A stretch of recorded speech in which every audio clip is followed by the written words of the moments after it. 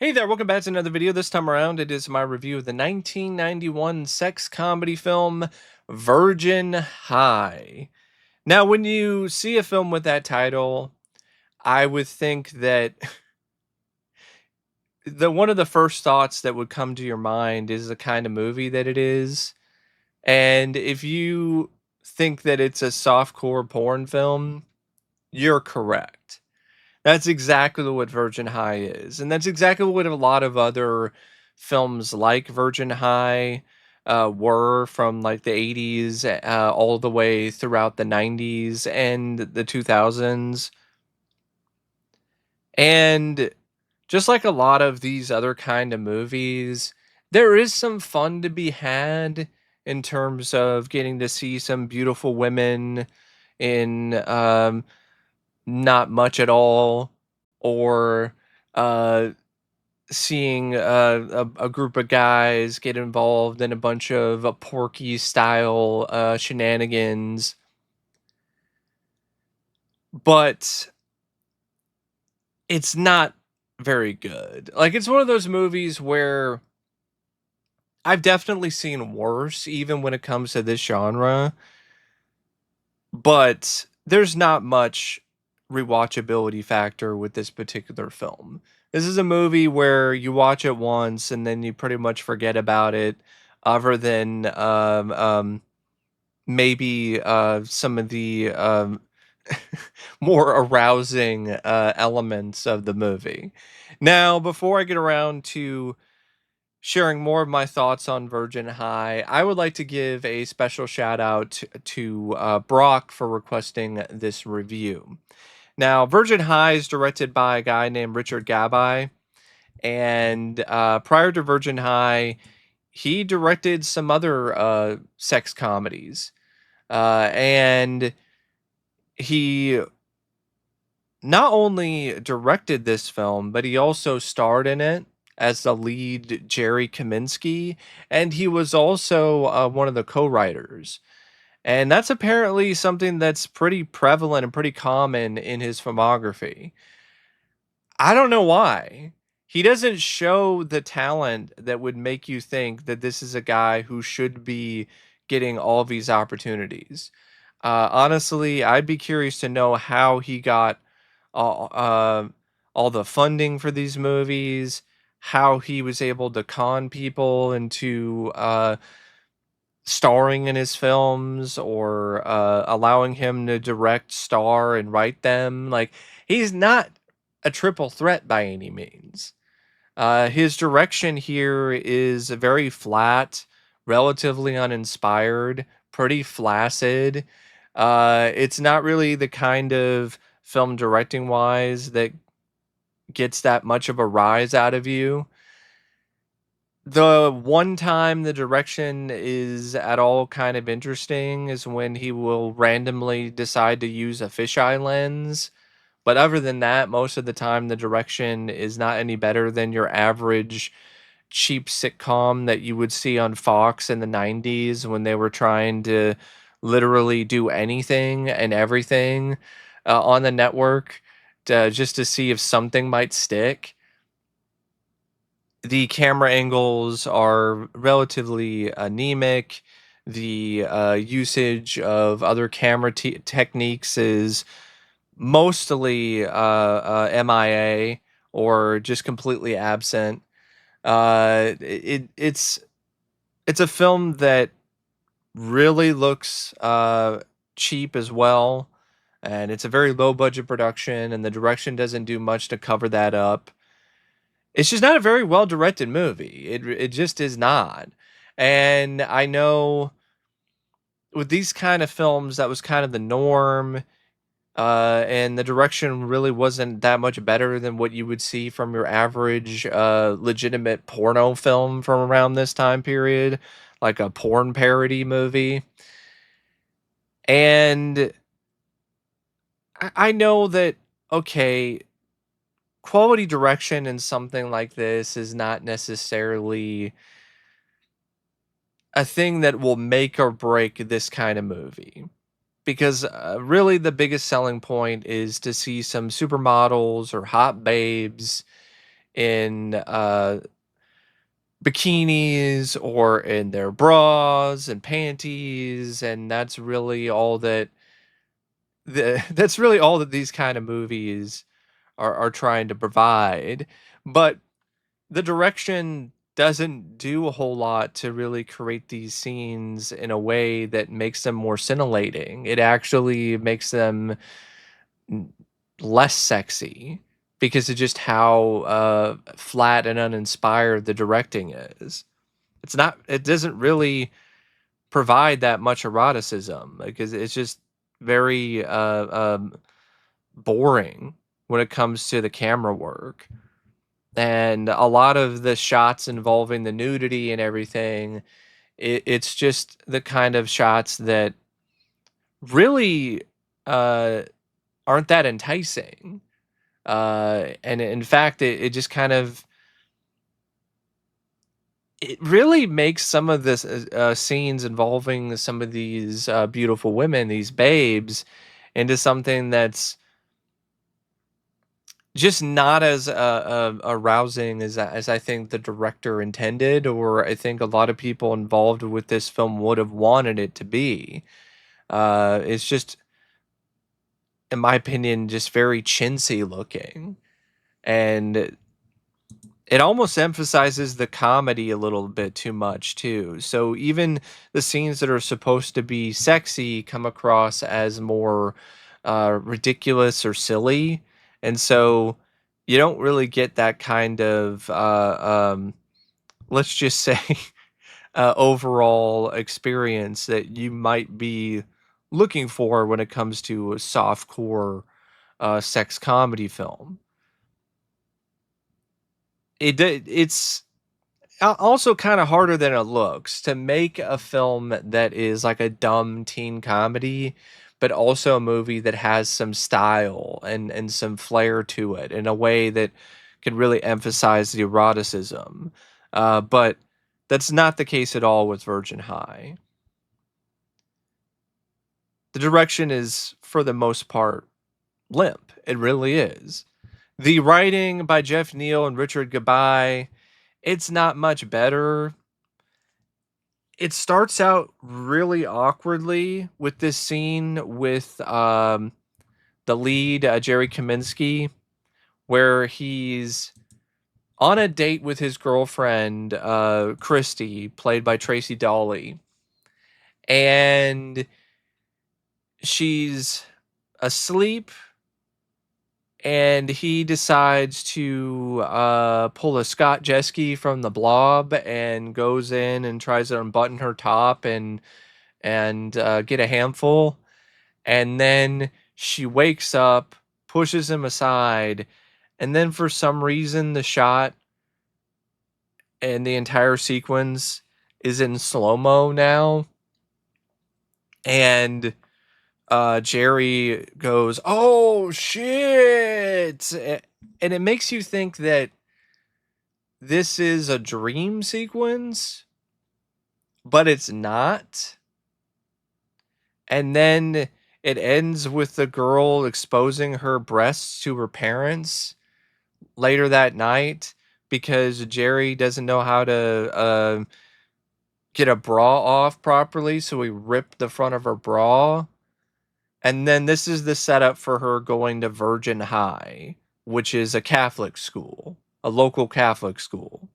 Because most of the movie takes place inside of a Catholic school for girls. And when it comes to the plot, I do think there's some clever writing at points. Some of the gags actually are kind of funny. And there are some meta moments that are a little surprising, where it kind of satirizes this genre a little bit. But that still doesn't mean that this is a good screenplay. I think this is, for the most part, pretty poor. And I think in large part it has to do with the characters. I definitely do connect with Christy. I felt for her because she actually was still a virgin and she hadn't decided to put out yet and was waiting for the right time. And then she got involved in all these different circumstances that make her look like something she's not, and it got her in trouble. And that's what led her to going to this Catholic school to begin with.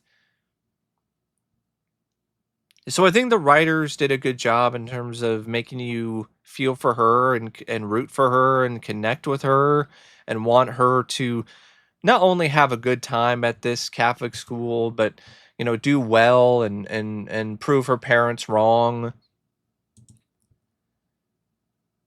And I think her nemesis, Kathleen, played by Linnea Quigley, is also a pretty well written character. Uh, Definitely a character you really hate, but because of the way that Linnea plays the character, it's a character that you love to hate because Linnea is just having a ball playing this bitchy teen who is a student at Virgin High. Where the script really goes off course to me, though, is with Jerry and his group of horn dog friends, Zoomer and Theo.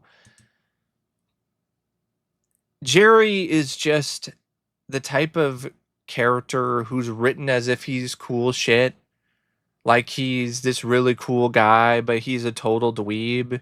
And he's not self aware of that because the director is also the star. Like he's not going to make himself look bad. And it's really unbelievable that this guy who is not as funny as he thinks he is and definitely not as sexy is going around acting like he's God's gift to women, and it's not really one of those satirical things. Like it's played straight for the most part. Like there's a couple moments where his friends might rib him a little, but for the most part, it's supposed to be serious that Jerry is a ladies' man. And it's a bunch of bullshit. It's every scene that he's trying to do this is just laughable. But I don't think in the way that the writers intended it to be. And he's just a unlikable character too. The guy, he's smooth talking. He finds a way to con the convent, well, it's not really a convent, but it might as well be. But he finds a way to trick the nuns at the Catholic school by posing as a priest, and finds a way to get in there, and then he teaches a class and pervs on the girls and finds a way to really screw Traci over again. He shows up, she punches him in the face, she gets in trouble for it. He sweet talks the other nun in order to get her a lesser punishment. But by the end of the movie, just when you think, okay, Traci has her day, she gets revenge over Kathleen. Kathleen gets exposed as the slut that she is and gets expelled, but in a way that's honestly kind of shocking and tonally off. She gets expelled by her running out of the school and then getting shot by her boyfriend, who was also the guard of the school. She gets shot off screen. And from the way that it's presented, it seems like she gets shot to death. And I'm like, that's a little extreme. I don't know about that. I think she had enough of a comeuppance when it comes to the whipped cream bomb exploding and her being topless with Christmas lights, having sex with the guard, and everybody in the room, everybody at the school seeing it. But her getting shot dead, I think that's a little extreme. And the script has a lot of problems with that. Just these tonal inconsistencies and just going a little too hard on certain things. And it does that with Christy by the end. She has her moment in the sun It's well deserved. Even her parents are exposed as being a bunch of S&M horn dogs in front of everybody. And then by the end of the film, because she had sex with Jerry, and Jerry was a little too rough, and once again played a part in her getting into trouble, she gets sent to Greenland to another school by her father. And it's played for laughs by Jerry and his friends. And that's like the end of the movie. And I'm like, well, that's just lame as hell. She is set up to be your lead. At least that's the impression that I got. Jerry was just a side character, and the script did a good job making you sympathize with her and feel for her and want her to, you know, prove everybody wrong when it comes to her not being a slut. And then she winds up getting sent to Greenland anyway, even after everything that she went through at the Catholic school. I'm like, that is just cruel and uncalled for, unnecessary, and just a really lazy attempt to try to create some extra comedy by the end of the movie. And it's just another way to make Jerry and his pals look like a bunch of horny assholes. So when it comes to these characters, it's very much a mixed bag. Because Jerry's not a guy who you really root for. You don't want him and his horn dog friends to get the girls because they don't really honestly deserve them. They're not written in a way that makes it appear as if they deserve this opportunity to be with these hot babes. They just think that they deserve it because they're dudes, they're guys, and guys are supposed to get the girls. And I I I I don't know why. It's not like these these particular guys were let's just say GQ models by any means, because they definitely were not. And all these girls who were at the Catholic school definitely seemed like they were way out of their league. And I know there can be some fun with a film like this where you have these nerdy guys who are having their wish fulfillment with these hot girls. But a lot of the time in these kind of movies, the nerdy guys are written in a way that still makes them kind of sympathetic and likable, and you root for them, and you want them to get the girls that are out of their league. But that's not the case with Jerry and his friends. And there's a lot of just weird stuff too in this. Like there's a whole scene with the Michelle Bauer who plays a sex ed teacher called Miss Bush, and it's just something straight out of a porno, but it just gives you blue balls because she just talks about sex in a sexy way, and a bunch of guys in the classroom get all hot and bothered, and then you never see her again. And it's not like she revealed her bosoms or anything. She didn't like show her tits. It was like one of those things. It was like, oh, Michelle Bauer, and then I get nothing.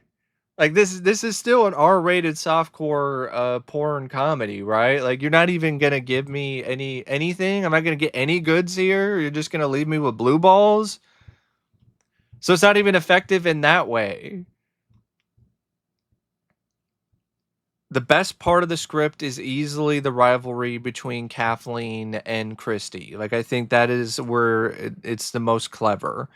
Jerry acting like he's a priest has its moments, but then it just gets kind of old after a certain point. And it predictably ends with a party. A party at the Catholic school where the punch is spiked and the nuns and the teachers get a little sloshed, get a little crazy. There's a whipped cream bomb. Uh, Kathleen is exposed as being a total slut bag, and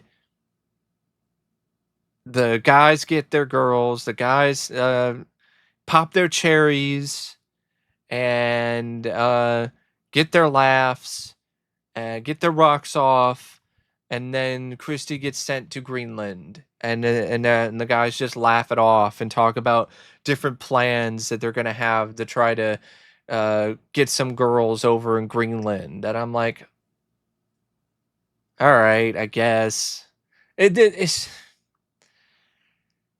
not a good screenplay by any means. And it is this weird script where it's trying to be like a tame, just regular teen comedy, but then it's also trying to be a little bit of porno. And I'm like, this doesn't work.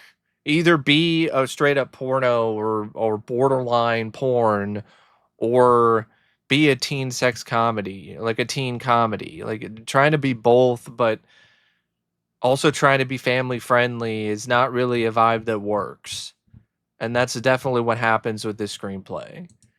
I mean, there's a reason why Joe Bob Briggs said that, this was a family film.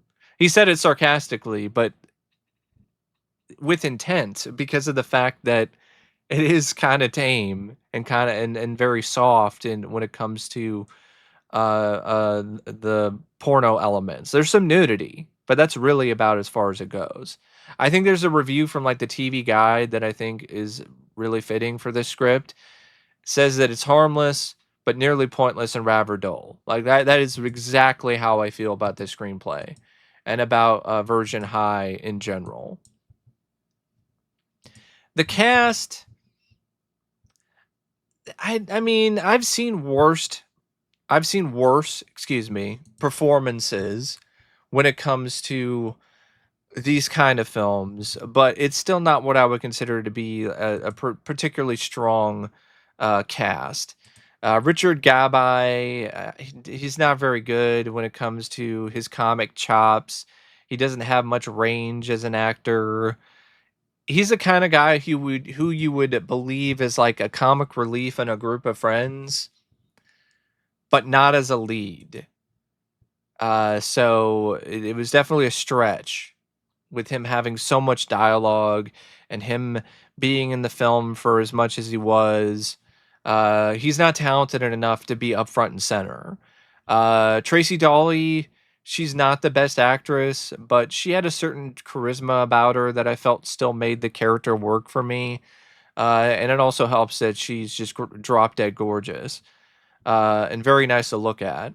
Burt Ward, Robin from Batman, the 60s show, he played Christie's dad, and he was fun in this. It was fun to see Burt Ward play against type. Like, he's a total horn dog, and honestly, a bit of a prick, too. Maureen Levette played Christie's mom, and I thought her performance was fun, too. She played a dominatrix. Kent Burden and Jeff Bowser played Zoomer and Theo. Uh, Jerry's best friends. They were tolerable. Zoomer is this like redhead who reminded me of one of the actors from Kids in the Hall. He legitimately looked like he was. I think it was Kevin McDonald. I think is that actor's name. Like he looked like he was related to Kevin McDonald, but with red hair. And it was distracting. I kept thinking I was watching a Kids in the Hall sketch. Linnea Quigley, though, in my opinion, is the star of this show.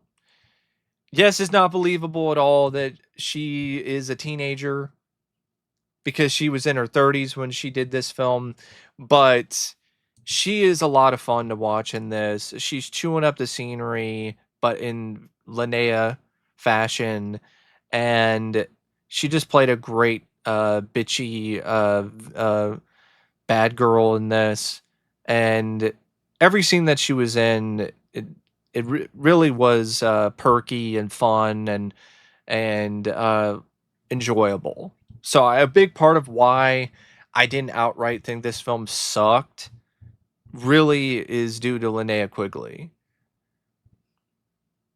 And you also have Leslie Mann, who makes her cinematic debut in this. This was her first ever movie.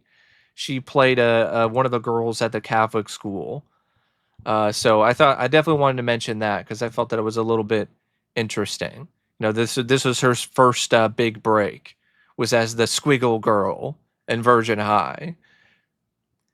When it comes to some of the other technical aspects, like the cinematography, it's all right.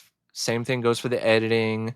The music by Larry Berliner, I wasn't big on, but I didn't mind the original songs by this band called the Czechs that was used for the film.